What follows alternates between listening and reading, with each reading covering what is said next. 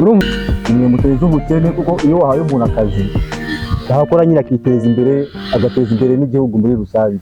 Noneho ushatse kuvuga ngo hari igihe ujya ubura akazi bitewe na direct? Kenshi cyane bagiye bakamenera akazi akambwira ati nta murasta ugeza muri iyi mirimo.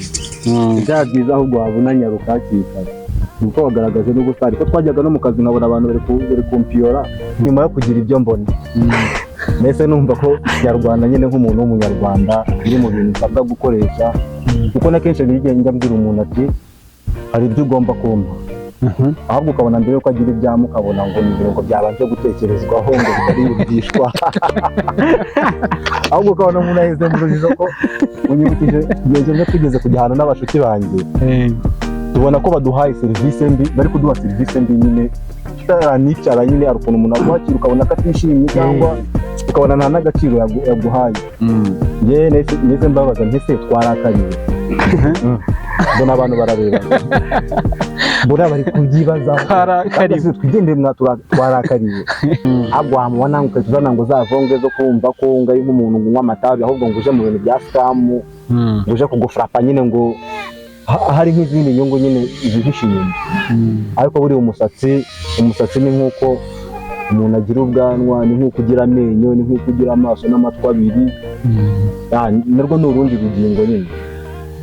None se umusatsi mbona cyaba ari ikibazo. None se Blaise ubu uri umurasta cyangwa uri umusitari? Ubundi kuba umurasta no kuba umusitari bitandukanira he, bihurira he? Oya, umusitari akunze kuba ari umuntu nyine w'icyamamare uzwi,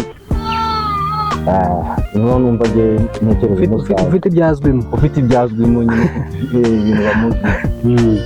Nanone umurasta urara ukuntu umuntu aba umurasta ariko ukaba utanasabwa no kuba hari n'abantu banakumenya, kuko buriya abantu banakumenya kenshi buriya hari ukuntu wisanga wanashyizwe mu bintu by'ibibazo, wabeshyewe, waharabitswe akantu gato wakoze byacitse nyine, wabeshyewe uranabesherwa da ugaharabikwa ku buryo noneho unaregwa ku kinyoma, ahubwo wazanagenda babandi bagutumije bakabona uri umuziranenge kakuviramo no ko wanafungwa. Ashobora kuviramo ko wanafungwa kuko buriya reka tubaze mugenzi wawe wenda nawe agira icyo avuga kuri ibyo byo kuba umusitari cyangwa umurasta afatwa nabi muri sosiyete, nk'aho ari we munyabyaha ku buryo ashobora no kwinjira muri sare ugasanga abantu bose bahise bamuhanga amaso akisanga yanafunzwe kandi nta n'ibyo yakoze, ahubwo ari abantu b'abanyeshyari ngo cya gihungu ngo biriya bisatsi.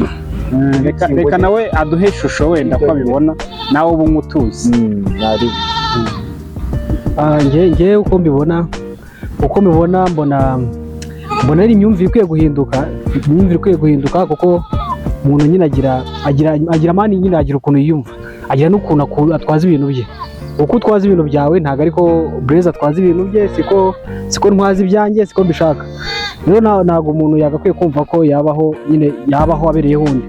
Buri muntu wese yibereyeho, afite ibyo akunda, afite ibyo ashyize imbere, afite ibintu bimuraje inshinga, ibindi aje inshinga si byo bikuraje inshinga.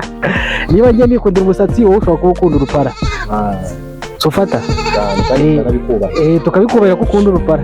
Kuba ukunda wogoshe nyine umusatsi wawe umazeho ntabwo bivuze ko nyine wowe ari wowe nyine ari we inosa.